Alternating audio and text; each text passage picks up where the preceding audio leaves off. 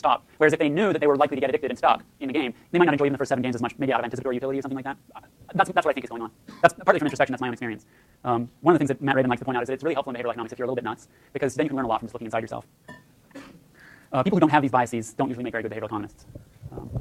Okay, here's a set of things. This is about projection bias. A set of policies that you might want to consider when there's projection bias involved. So let's look at important choices for which preferences may change over time. State-dependent preferences. Okay, getting married, committing suicide, getting an abortion. Some big-ticket choices that people are faced with sometimes. All of which have a sort of state-dependent component to them, right? How you feel about being married to somebody. I don't know how many of you have tried it. I never have, because I know that this would happen to me. I'd feel really excited about it on wedding day, and my preferences would be likely to change over time. Committing suicide, some days, right? You're just really down, and you think, I can't go on. I don't know how many of you have, some of you may have had this experience. I don't know how many of you have known. I've known a lot of people who've been through this, and it's shocking. You get called, and they're like, I'm miserable. It's always been this way. It'll never be the same. And I'm like, I spoke to you last week, and this is what you said. You said you were happy, and you're happy to be alive. Can you remember that? And they can't, because they have projection bias, both forwards and backwards in time. So projection bias may cause people to make these choices when their preferences are high relative to the choice, thinking that those preferences will remain high in the future, right? So if the person is currently passionate about their fiancé, depressed about life, or unwilling to raise a child, they think that they will feel similarly in the future, and so maybe they make a choice that they regret. Okay?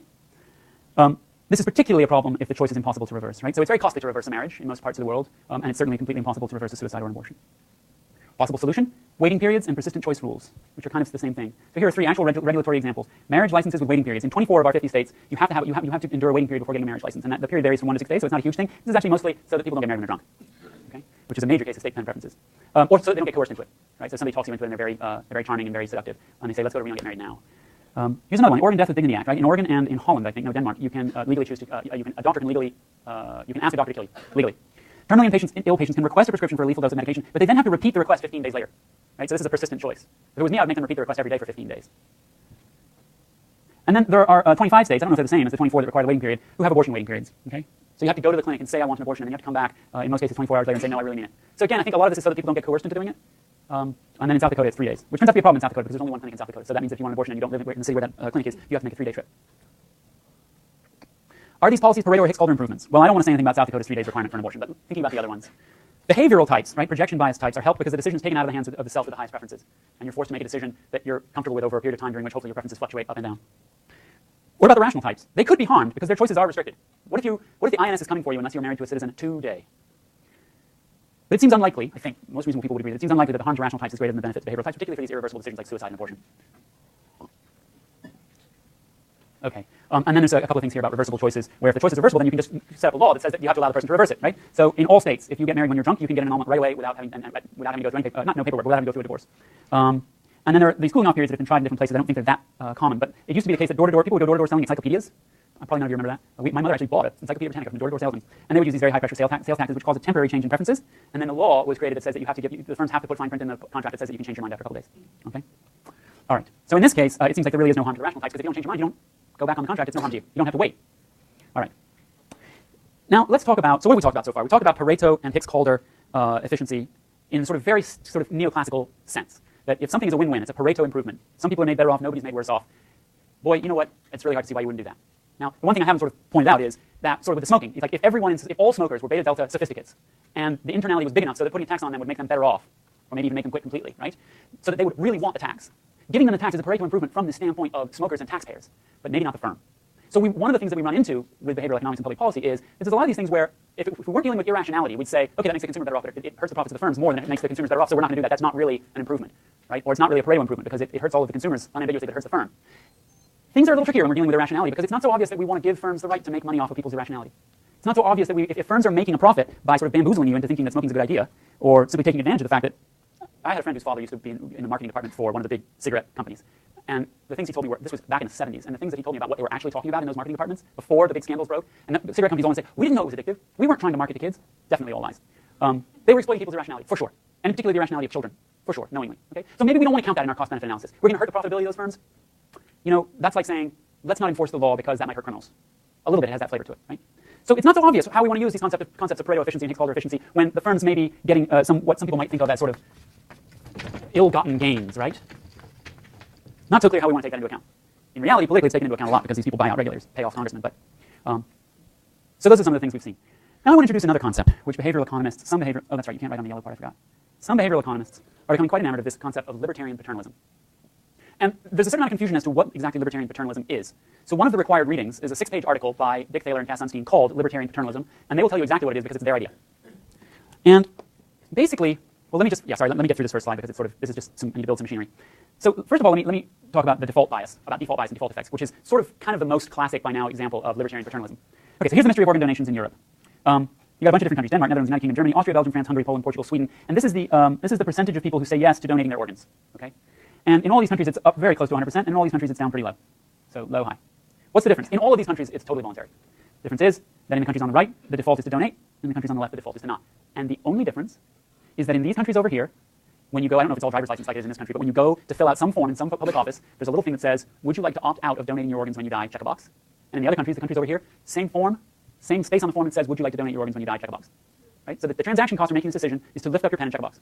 Okay? It's a little hard to believe that this difference is being driven by preferences.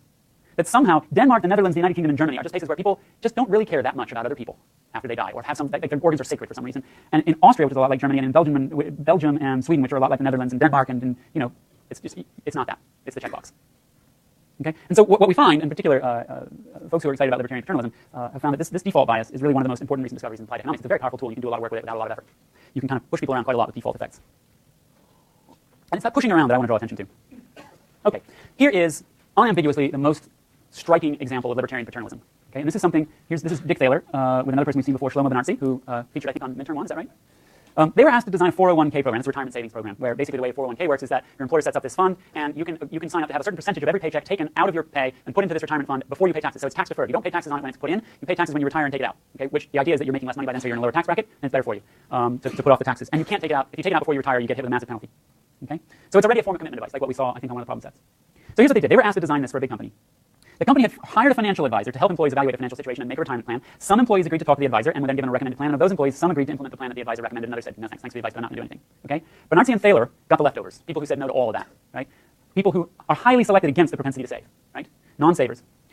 And so they decided to try to design a program that would satisfy two criteria. The first is that it has to improve outcomes for behavioral types. And the second is that it has to do so without restricting choice at all, or only very, very slightly. Very, very slightly. Okay?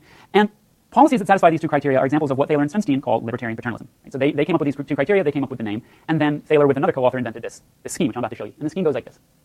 So these employees, the ones who rejected the advice, either rejected the offer to meet with the advisor or rejected the advisor's advice, they were approached and they were asked, well before, so this is a company that gives people pay raises on a scheduled annual or biannual basis. So they were asked months in advance of their next pay raise, would you like to enroll in a 401k plan? If you are in one, or if you're in one, do you want to increase your contribution rate? And all of the choices are completely voluntary and can be reversed at any time in the future.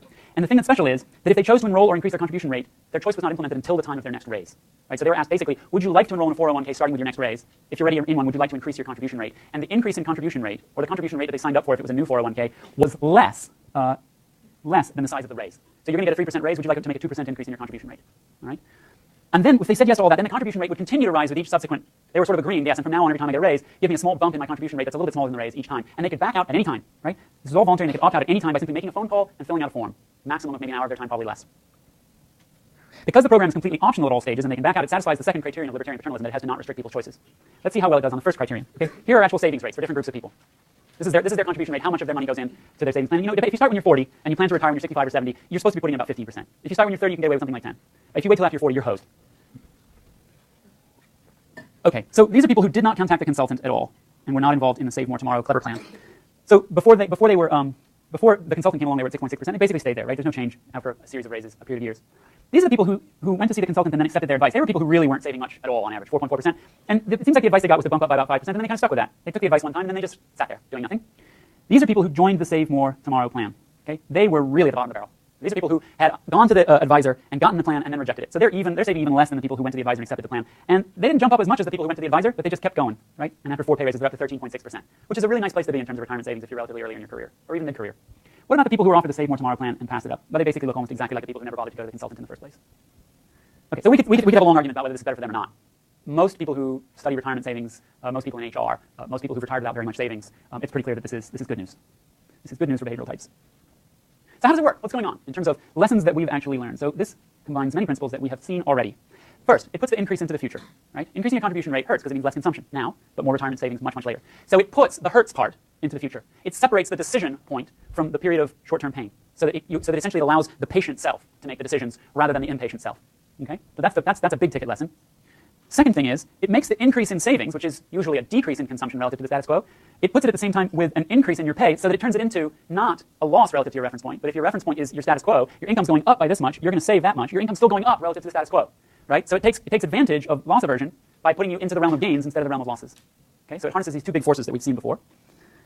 And then the other thing it does is it harnesses the default effect, because once you say yes, you're put onto this treadmill of incrementally increasing savings rates, and you can get out of it at any time, but because of default bias, you don't, even though you could do it with a phone call. Your patient self puts off the phone call and never makes the phone call and procrastinates, and as a result, the default bias, you wind up sticking with the program, even though it's not actually, you're not really binding yourself in any really profound way. Okay? So because all of the choices are completely voluntary, non-behavioral types are not harmed, because they could have just said no in the first place, and if they change their mind anytime, they could back out.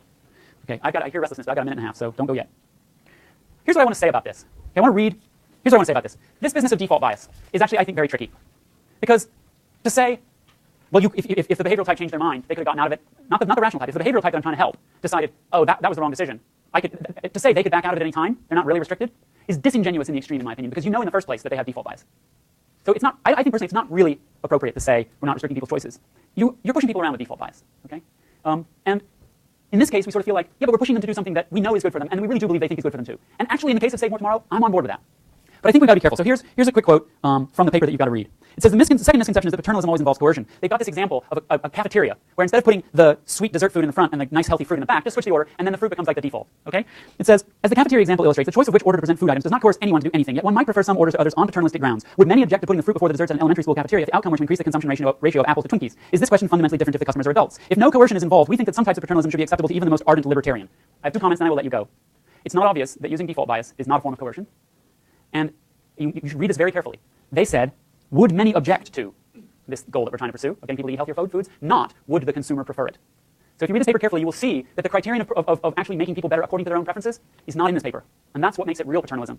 Right? And everything that I've been talking about up till now with commitment devices and syntaxes, all predicated on the idea that we're making people better according to their own preferences, having relatively rigorously convinced ourselves what their preferences actually are. So just be a little bit careful with this concept of libertarian paternalism.